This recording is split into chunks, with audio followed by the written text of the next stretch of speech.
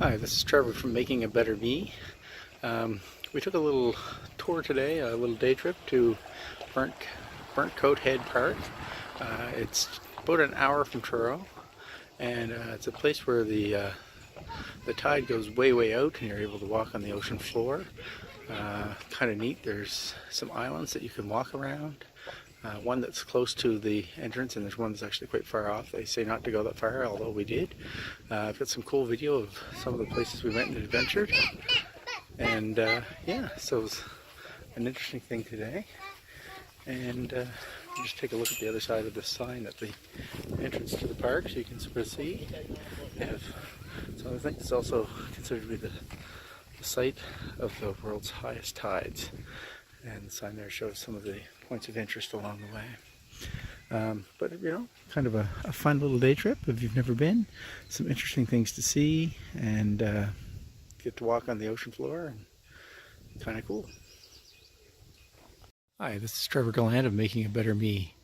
We took a day trip today to a place called Burnt Cove Head. I'm not sure which it is. Can't remember. And the tide is out. Here we're in the Bay of Fundy, which runs between Nova Scotia and New Brunswick, although I think this is all Nova Scotia here. The tide is way out and we can have lots of adventures on the rocks. There's an island here and you can see how high the tide comes in. This is the home to the highest tides in the world, and this becomes an island when the tide comes in. Okay, so it is Burntcoat Head Park, I'm pretty sure.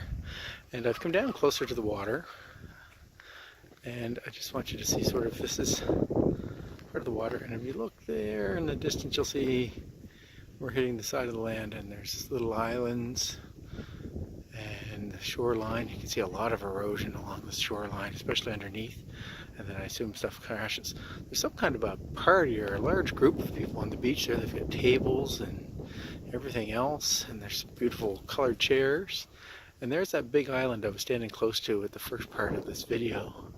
So it's pretty neat, and it's pretty amazing. Like, actually the tide is on its way back in now, but we have probably about 2 hours that we could walk down here before really we needed to make our way back up onto the shore. So you do have a lot of time.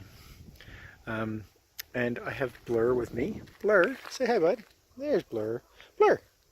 He's busy watching Tamara and Score, who are over there. You might not even be able to see them very well because they're pretty far away. We're going to continue walking, and I'll do some more video in some different spots. Pretty neat place, though. There's something I want to show you here. I think this is pretty cool.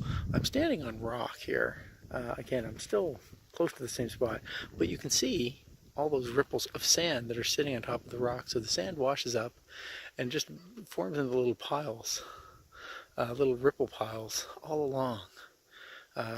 It's quite loose and easy to sink in, but kind of neat, you know, when you're walking on the rock, you've got pretty good solid footing. So it's really pretty cool. Another view of the island here. And I don't know if you can hear it, I can hear it, the water lapping in the background. I love that sound, it's just very soothing. Anyways, we'll continue along and look around and see what else we see. I love those other islands down there. I wonder if we can go that far. We'll see. A video here from another spot, just showing the 2 little islands, I think, in the distance, or at least one island. I'm not sure if the other one's an island. And you can see the coastline here. Hard to see the erosion, but if you get behind these big rocks, there's some serious piles of rubble that have eroded and fallen. You can see the trees at the top there. Really quite an interesting place. There's that island, the first island that we came down by when we came in. Looks so small from here. And again, you can see the Bay of Fundy there. This will be where I'm standing right now. The water will be over my head when the tide is high. So that's hard to believe. Anyways, really cool spot. Neat place to go if you've got a couple of hours in an afternoon just to spare. One thing you want to do though is definitely check the tide times and make sure you're going to get here at a time that you can probably have beach access, because I would think without beach access it would be pretty boring. But really beautiful, really interesting, neat spot. And actually, an interesting side note, if you go further down this actually becomes the Shubenacadie River, I believe. And if you go down further, there are several companies that do tidal bore rafting. We've done that a number of times. It's a great, great fun activity. If you're visiting the area, I would highly recommend doing some tidal bore rafting. It's a unique experience that really only happens here. But again, check your tide times and check your company you book with. All right. So I come up on top of the rocks that were in my last video. I'm really glad I did. You can see some of the effects of the erosion. So you want to make sure you mind the signs and stay close, or not too close to the edge. You wouldn't want any of that stuff to fall on you. But it's really, really just gorgeous here.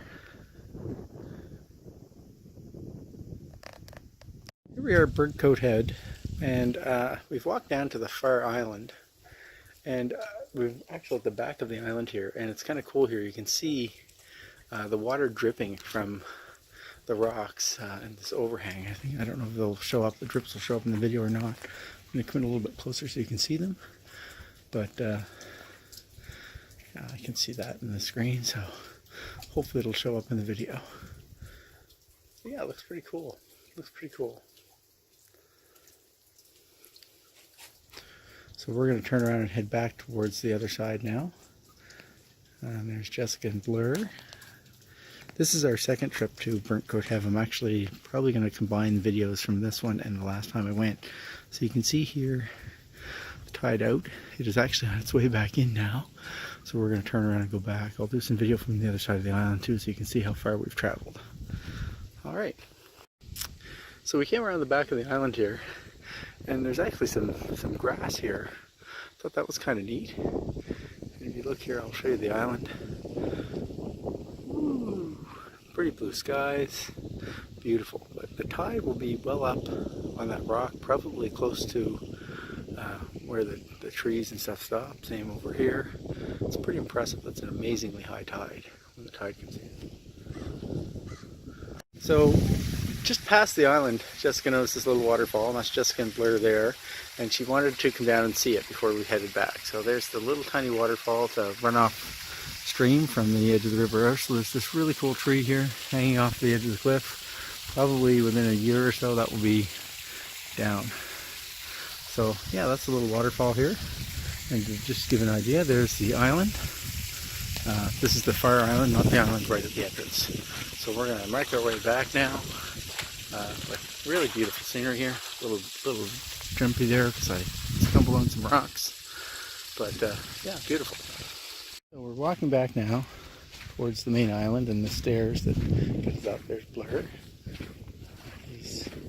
He wants to be let go. I would let him go, but it says no off leash here, so we're obeying the rules.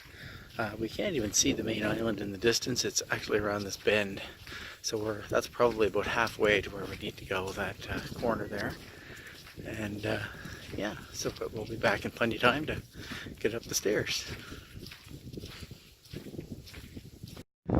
So we are almost back now to the stairs. They're just sort of right in front of that island in front of us.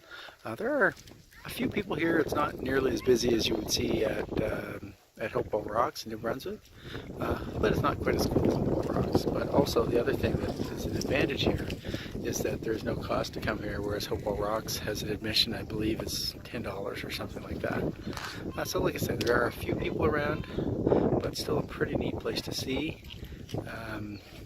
So yeah, definitely come check it out if you're in the area, you're looking for a way to spend a couple of hours.